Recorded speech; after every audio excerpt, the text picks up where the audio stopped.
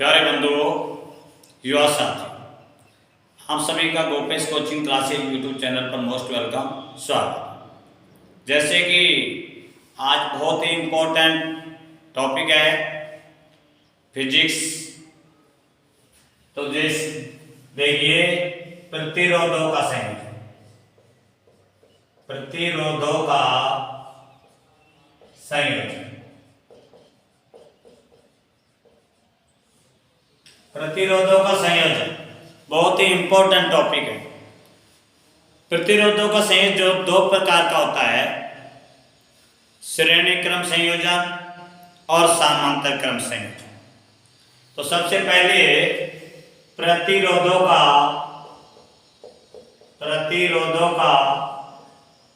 संयोजन। ये दो प्रकार का होता है, प्रतिरोध संयोजन, प्रतिरोध संयोजन दो प्रकार के होते हैं, दो प्रकार के होते हैं।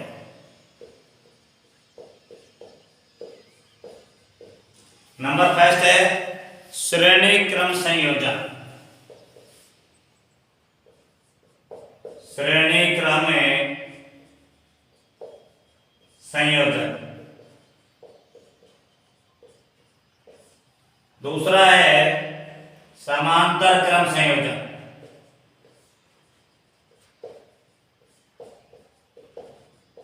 समांतर क्रम संयोजन तो एक एक करके लेके चलते हैं। सबसे फर्स्ट अपने पास में है श्रेणी क्रम संयोजन। तो देखिए नंबर फर्स्ट श्रेणी क्रम संयोजन।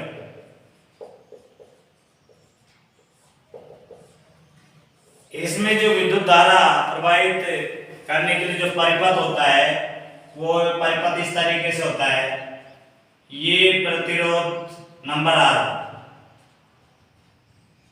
ये प्रतिरोध नंबर आर,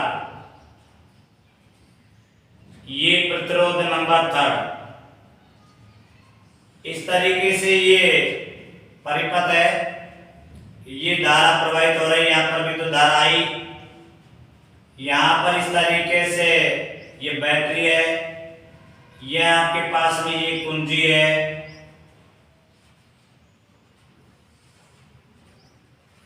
ये कुंजी है जिसको कैसे प्रदर्शित करते हैं, और ये आपके पास में सेल है, बैटरी है। बैटरी बोल दीजिए, सेल बोल दीजिए, एक ही बात। ये विद्युत धारा है, विद्युत धारा। विद्युत धारा का मात्रक एम्पियर होता है। विद्युत धारा को आई से प्रदर्शित करते हैं, प्रतिरोध को आर से प्रदर्शित करते हैं, विभवांतर को वी से प्रदर्शित करते हैं। तो देखिए ये प्रतिरोध R1, प्रतिरोध R2, प्रतिरोध R3, यहां से, और ये V1 विद्युत धारा इसमें होकर प्रवाहित होती है। तो ये प्रतिरोध का जो पहला सिरा है और लास्ट का सिरा है। अब ये प्रतिरोध R1 का जो लास्ट का जो सिरा है, ये प्रतिरोध 2 का प्रथम सिरे से जुड़ जाता है, और प्रतिरोध R2 का जो सेकंड दूसरा सिरा है, ये प्रतिरोध R3 के फर्स्ट सिरे से जुड़ता है, और इस तरीके से जुड़कर हमारे ये परिपथ तैयार हो जाता है। ये विद्युत विभवांतर V1, विभवांतर V2, और ये विभवांतर V3। इस तरीके से हमारे पास में ये परिपथ है। अब आपके पास में ओम का नियम, ओम का नियम, ओम के नियम से V बराबर में IR, ये हमारे पास में ये सूत्र है कि विभवांतर इज इक्वल टू विद्युत धारा को प्रतिरोध से मल्टीप्लाई कर दिया जाता है। तो देखिए यहां से अपने पास में I की वैल्यू, तो देखिए ये V विभवांतर, विभवांतर V इज इक्वल टू, ये आपके पास में V की वैल्यू फाइंड करनी है, तो I R1 प्लस R2, यहां से वैल्यू को थोड़ा दूसरे लेंगे, I की वैल्यू फाइंड करनी है,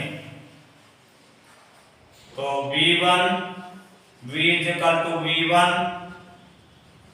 V2 और V3। यहां हमारे पास में इनकी जो विभवांतर इनका टोटल V, अब देखना है कि आपके पास में R1 की वैल्यू फाइंड करनी है, V इज इक्वल टू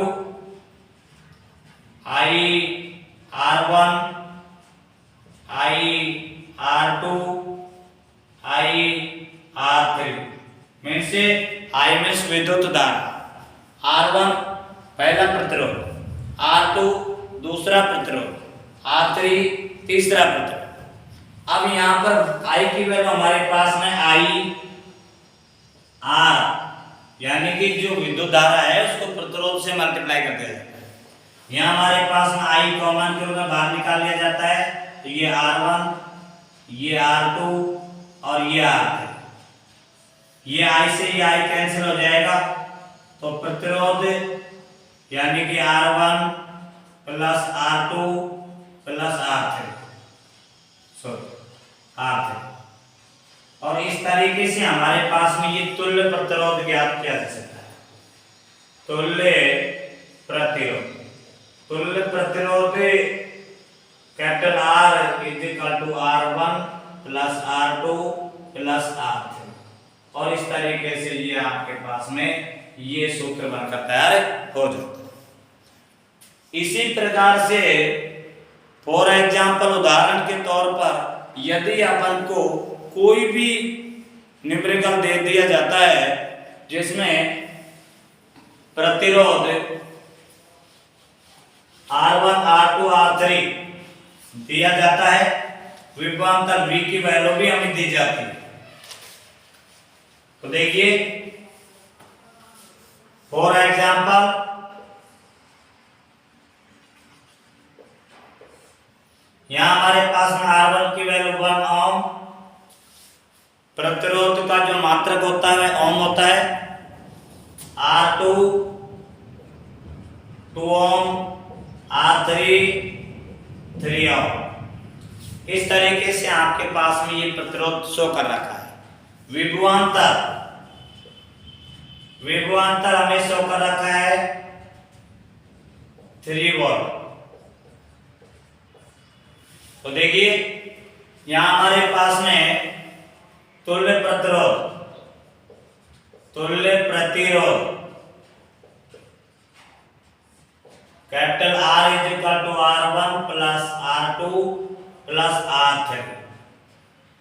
तो R1 हमारे पास जो प्रतिरोध है वो 1 ओम है, और R2 दूसरा जो प्रतिरोध है वह 2 ओम है, और ये 3, इन सब को ऐड कर देते, ये ओम का साइन है, तो यहां हमारे पास में आ जाता है 6 ओम। कैपिटल R की वैल्यू हमारे पास में आ चुकी है 6 ओम। अब हमारे पास में विभवांतर भी शो कर रखा है, विभवांतर की वैल्यू में दे रखी है 3। तो देखिए विद्युत धारा, विद्युत धारा अब हमारे पास में ये दो, पहला प्रतिरोध है, इसके बीच में हमारे पास में विद्युत धारा निकालनी है।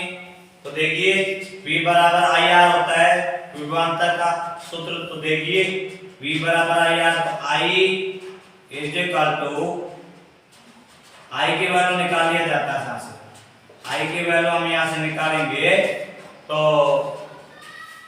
V अपॉन में R, ये सूत्र है। अब आपके पास V की वैल्यू हमें दे रखा है 3 और R की वैल्यू हमें दे रखा है 6, तो I की वैल्यू यहाँ इसमें 3 में 6 का भाग देंगे तो 0.5 एम्पियर। ये यहां से विद्युत धारा I का मान ज्ञात है। अब विद्युत धारा I का मान ये ज्ञात हो गया, तुल्य प्रतिरोध का मान 6 ओम ये फाइंड हो गया। अब हमें विभवांतर ज्ञात करना है, तो देखिए V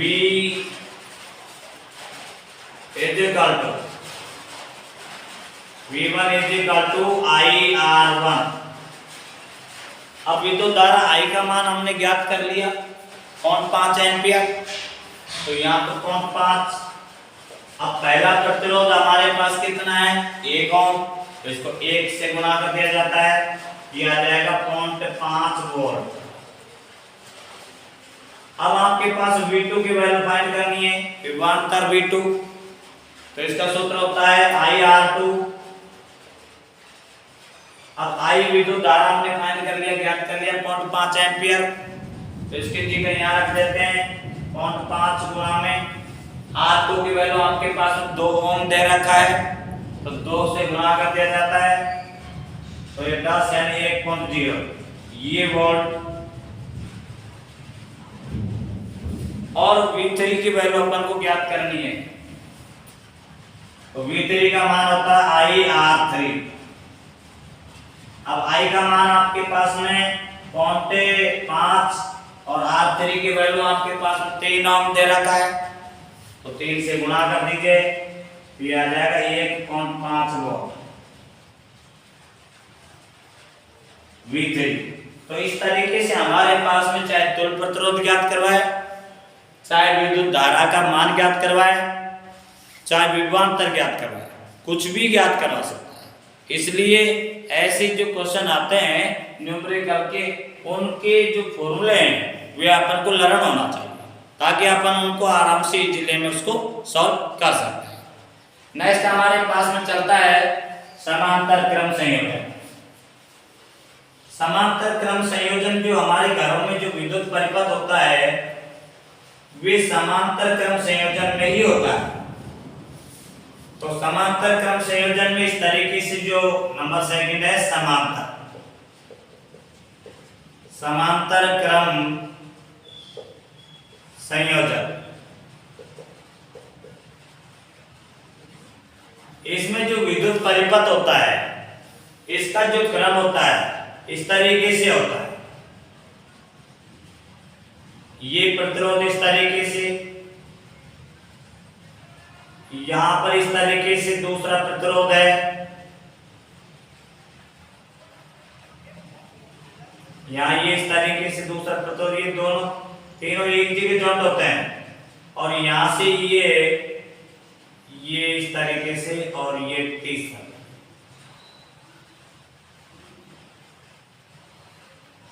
और यहां से ये धारा प्रवाहित होती है।